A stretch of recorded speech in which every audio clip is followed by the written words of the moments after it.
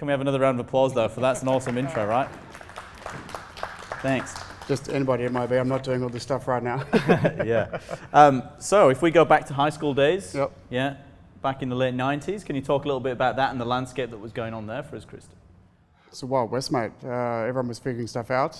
I guess pretty much there was two things on the internet that made money. There was gambling and affiliate programs was about it back then. There's nothing else. I mean, even eBay and stuff was just sort of coming up. Amazon was pretty new, all that kind of stuff. So it was pretty wild back then. Wild literally in the sense that some of these Aussie guys I met, and that's how I got into this stuff, was I met some guys from Brisbane who were making like $5 million a month each. Like there's about 5 of these guys that were just killing it. And just went, wow, this internet stuff makes some money. Like, you know, I was doing graphic design at school, and I started doing graphic design for them. And it was pretty wild, like as in literally think about 20-something-year-old guys, unlimited money, late 90s, it was pretty wild, literally, in every sense. It's very different to what it is today. There's no such thing as an ecosystem. There was, well, no such thing as a startup, really. There's nothing like this framework that exists today that was there. There was no rules, there was no guides, there was no PR or any of this stuff. People just running really successful online businesses. Yeah. So no morals either then? Yes, they've been questioned many times. Yeah. So yeah, these guys that are making the big bucks, were you learning off them? Were you seeing their mistakes? Were you seeing obviously those big wins initially, but what were some of the things that you were taking out of that at the time and absorbing off those guys? So those guys, and quite literally, these guys invented affiliate programs, they invented exit consoles, they invented all this stuff. These were things that they came up with, they innovated these things, they came up with them. I learned how not to conduct my life. Literally, these guys just went off the rails, most of them. Yeah. I think 3 out of the 4 guys are in jail or something happened to them pretty much because they just went too far. So I learned not what to do very quickly.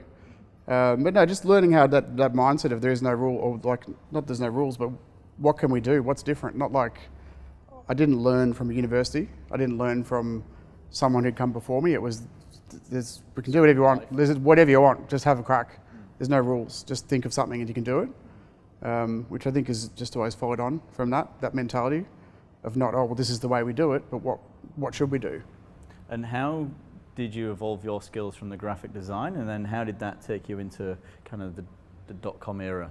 I wanted to make money from what I was doing, which was better than just doing design.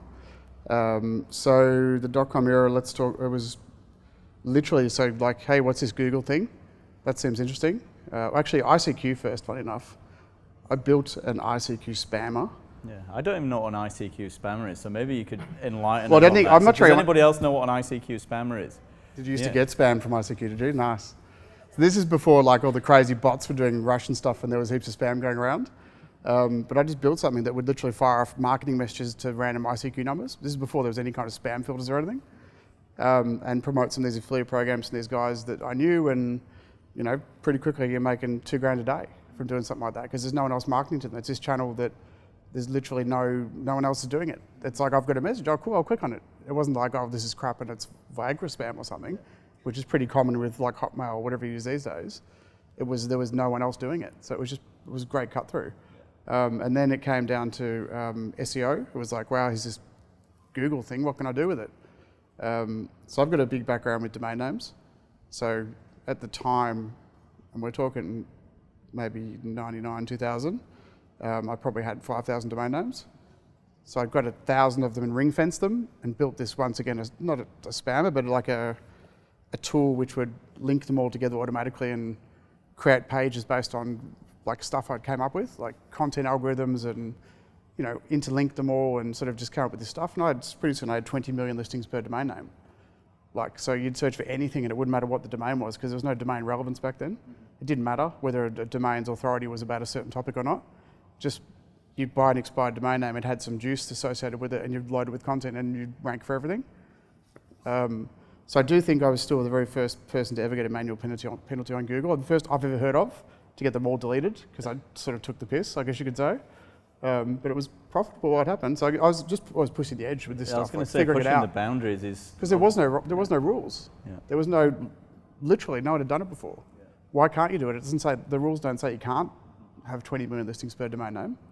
there was literally no guides. There's no Matt Cutts out there telling people what to do or not do, and there was no blogs about what to do, and there's no one certainly saying it. The people that knew were doing it themselves and making money. Yeah.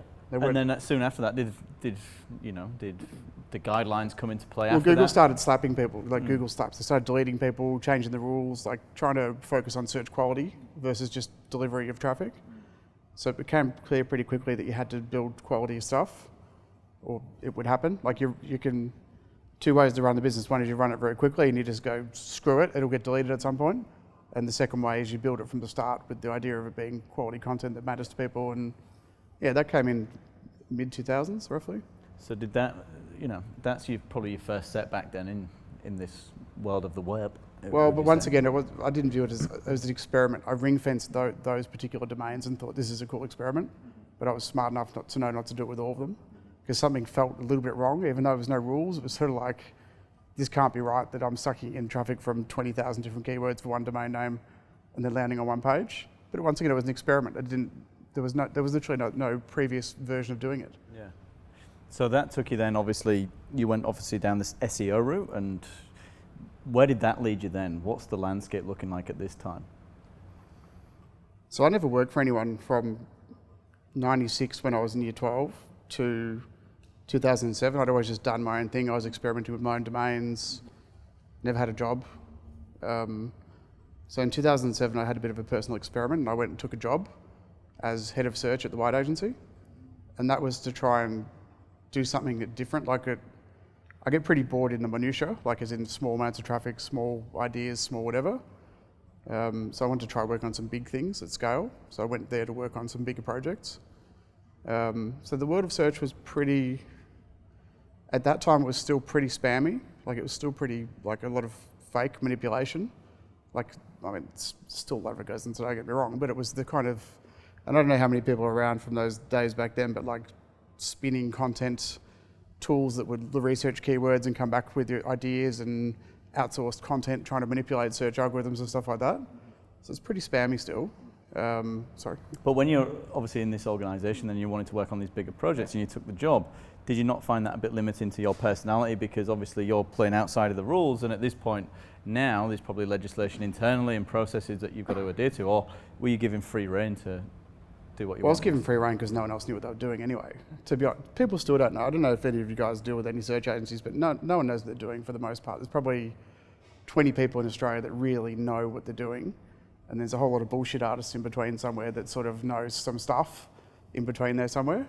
So even now, people just pitch a good game and they get jobs, and they do or not do what they're saying, or it's all very black art still. But to me it was different. I was sick of sitting at home by myself, to be honest. There gets a point where after 11 years of working, for yourself, and everyone else works 9 to 5, what do you do during the day if you want to have a day off? You've got no friends to hang out with, you can't just go and do whatever. But once again, I only lasted 18 months, so I did get a bit bored, obviously. So after that time then, After that time, I moved to Malaysia to start a business called Love Clients, which was a search agency focusing on small businesses.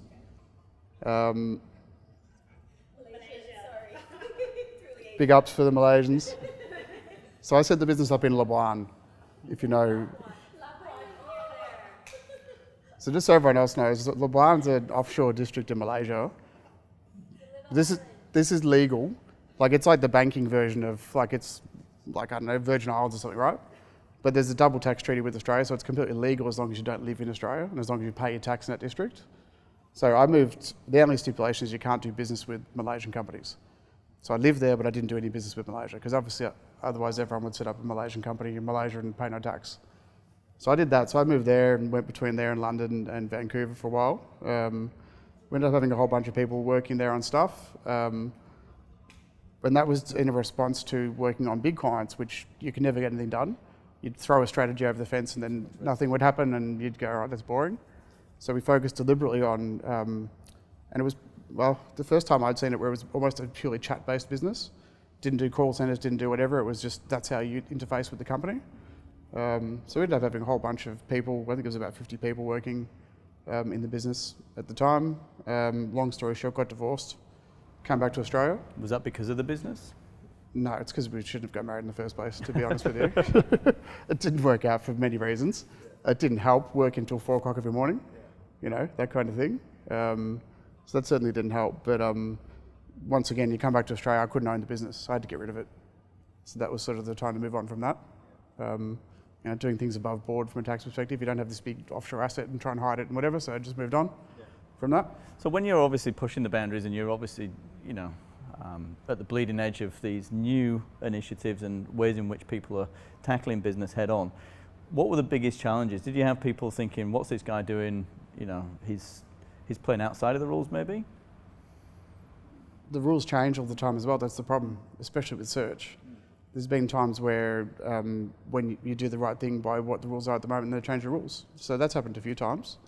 And you just have to say, sorry, we're doing it, that's the way it worked, now it's changed, and try and do everything you can to fix something, really. It can happen. That's the problem when you play on the edge. That Google was quite often, if they see too many people doing a certain thing, then they go, well, that's influencing stuff, even if it's pretty legitimate. They're a dictatorship, right? They don't have to listen to anyone. They just make wholesale changes and bad luck. So yeah, it's potential. But I guess the companies I've worked with for the most part were pretty disruptive from that point on. From the time of the white agency onwards, they were always people that wanted to do things differently or better, didn't really care. They were disruptive. They just wanted to get in and make some noise, and that's part of it, right? A bit of guerrilla marketing, a bit of this, a bit of, yeah. Yeah.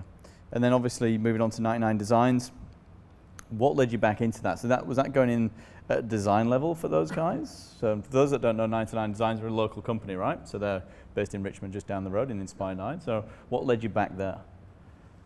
So I came back from Malaysia, and funnily enough, before I'd gone away, my ex-wife's friend, his dad, he's the father of Pat, who's the CEO of 99 Designs.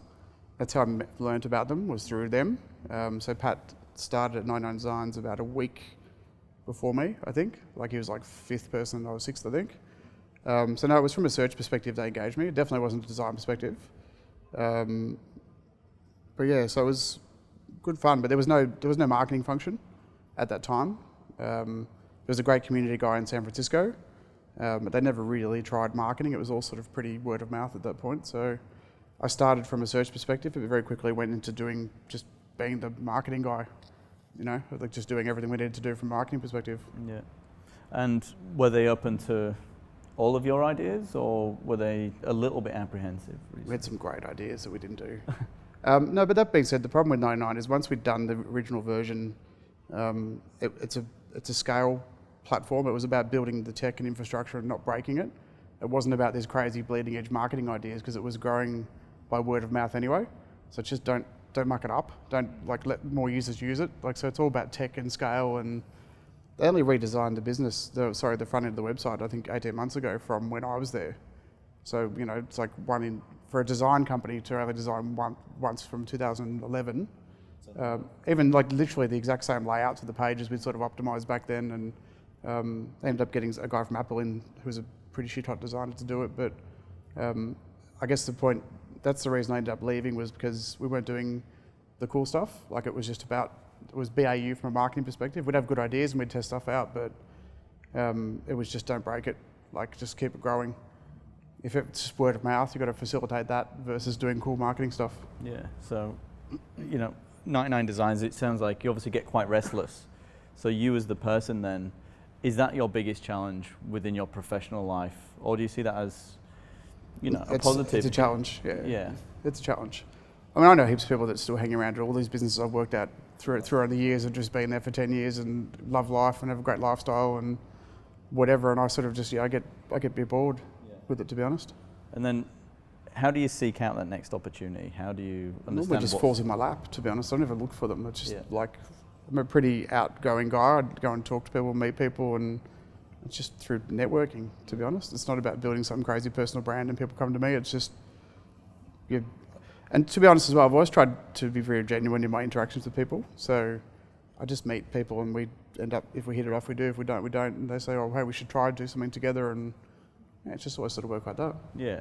And then, so was there a moment then when you took some time out to build your own home as well? Was that a time of realization of anything for you? Was that something that was giving you the freedom to think, okay, I'm going to take stock of this kind of crazy last 10 or 15 years? So between 99 and the house thing was health.com.au.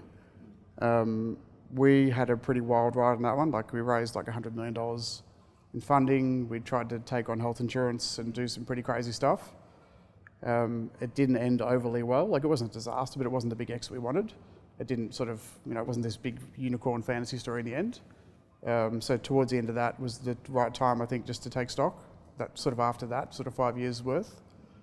To be frank, the timing was we fired our builder who was dicking it up at the time. And every time I'd turn up on site, I'd see something else that we had to fix. We do a lot of property stuff anyway, but it was just good timing. It made sense. It was hang out. We just had a new kid. Got to hang out with my daughter and build the house, and it was great. It was a great way to take stock. So looking at health.com then, obviously talking a little bit about the investors and maybe the pressures from above. So when you're talking about it wasn't hitting that unicorn status, was that a big experience of where people weren't happy? What was going wrong at that point? No, it was just a timing problem. So and this is all in the public eye anyway. We got a lot of business from iSelect, and there was just a maturity date on when that happened. We were paying it back, and so there was some external time pressures around the business about when we had to raise funds again by. So that's just the way it happened. It was just a bit of bad luck, to be honest. It was timing-wise, a few things in the market that were out of our control just happened, and we couldn't really do a great deal about it. I think it was the best result we could possibly hope for in the end. Mm-hmm. Yeah. And then, obviously, you've made your house and everything else, and you're now part of Marketing Partners, and that's assisting other businesses. Can you talk a little bit about that and what goes on there? So Marketing Partners was the business I had from 99 till then, which I work with a bunch of other startups. So yes, that's sort of, I've wound that up. That doesn't exist anymore as such. Yeah. Okay, cool. Now you're all with MYOB. Yep. And obviously taking on the challenges with MYOB and obviously the ecosystem that we talked a little bit about. What goes on there? So after the health thing and the house and whatever else, and my wife is a very senior and very important public figure. It was just, can we just do something normal for once? Don't do another startup, don't do something crazy.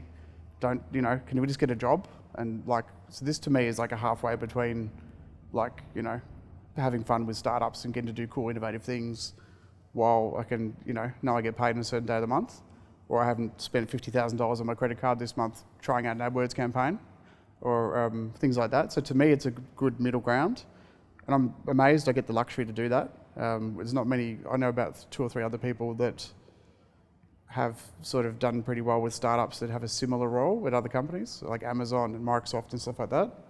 But it's pretty rare to be able to do something like this, where you literally get to do the right thing by people, because it's not a marketing play, or from my perspective. I mean, obviously, MYOB gets good branding out of it, and we want to help startups succeed and all this kind of stuff. It's a genuine need for the business to want to help the next generation of businesses. But from a startup perspective, I just get to go and do things that matter to people, things that I get to go help individual startups or support things like Startup Grind, bring it to Australia because we think it matters to people that we deal with. And it's an amazing thing to be able to do it.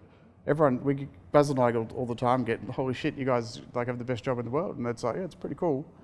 Yeah, and some of those businesses that you're interacting with on a daily basis, what are some of the common things that they're struggling with at the moment? What are some of the kind of the hardships they're going through that you're able to assist with? So it's a strange one, because I think people have it pretty easy these days relative to back in the day, all the crap we used to have to go through in terms of starting a business. Access to VC money is pretty good now. Things like We Teach Me exist. People can learn stuff like Sitepoint's there. You can skill yourself up. So it's a matter of just execution in your ideas, I think, in terms of getting one off the ground. I think financial literacy is a problem as well, to be honest.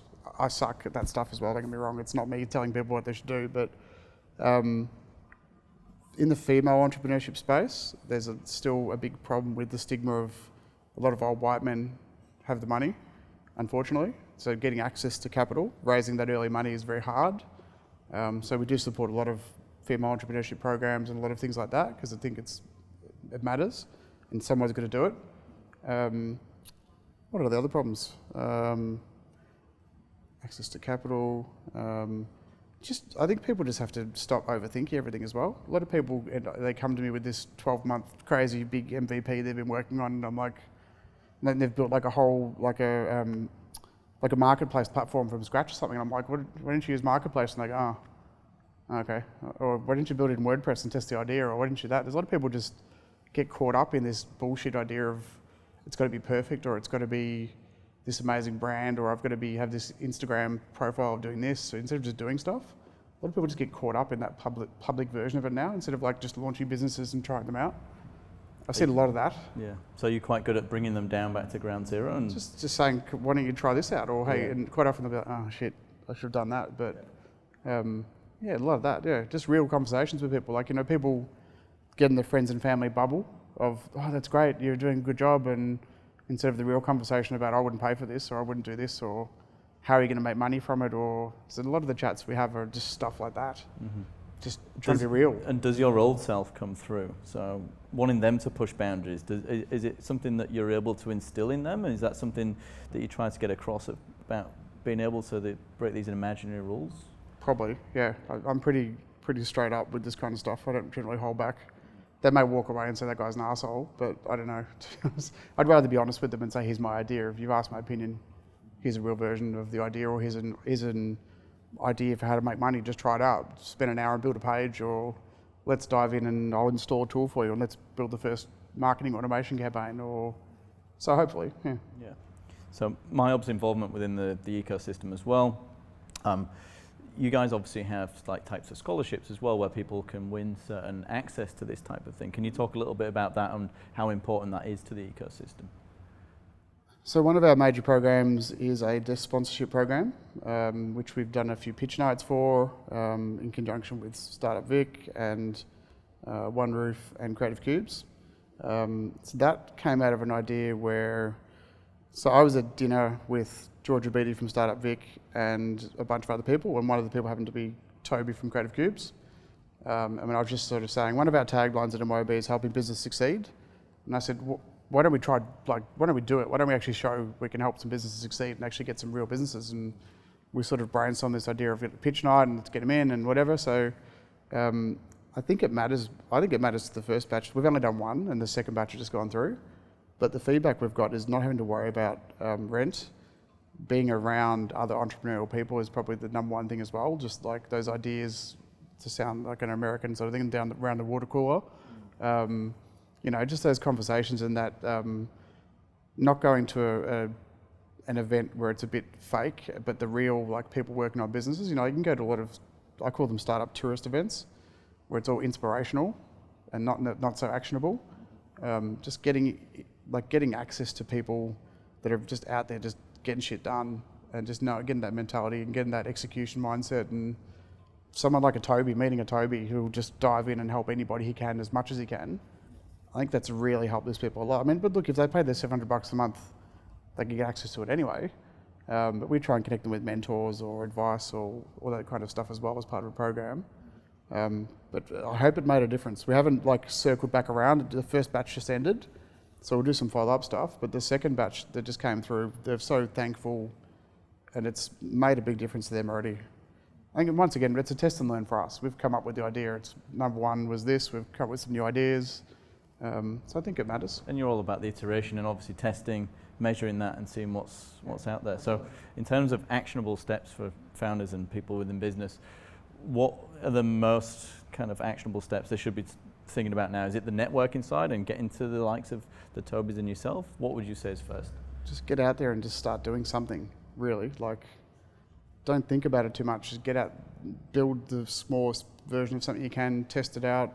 Start a meetup group, get 20 people to give you some feedback. People go on this path of building this platform that will scale to 20 million people or some crap from the start. Just test something, learn something, just get out there and do it. The networking thing is cool if you want to raise some money or something or whatever, and it's going to take up a lot of your time. If you're looking for a co-founder or something, that's great. I just don't think it's as important as it needs to be. You can get a lot of stuff done without that aspect. It's great to have it if you've got time, but frankly, most people have a family or they've got friends or they've got to have some kind of life. They're not just this crazy entrepreneur who works 20 hours a day. I think people just got to do stuff. whatever that is, like do something rather than talk about it. Don't go to so many fireside chats and workshops and whatever that you're just stuck in this paralysis of ideas. Pick something and go in on it, really. Yeah, cool. So we're going to chat a little bit more in the Q&A, and we're going to delve into some of these mistakes a little bit more, and hopefully you guys have got some questions. But if you could go back and think about the mistakes that you've made, what would you tell yourself today? Treat it like a business. Like when I was a kid, I just used to waste a lot of money and waste a lot of time, and I guess never having that grounding of having to go and work at McDonald's or something and get like pocket money or learn really what life was like. I jumped in and met these rich dudes and made a lot of money very quickly. So treat it more like a real business is what I'd be saying from the start. I blew a lot of opportunities through being a stupid 16-year-old. I'll put it to you that way. Some of the guys I know who were a little bit older at that point have now got $500 million domain portfolios or have exited 5 companies for $1 billion or whatever. I think it was just a maturity thing to me. So take it more seriously would be my number one advice for myself, really. Awesome. Guys, can we have a round of applause? Kristen Holden of MYOB. Thank you, Kristen.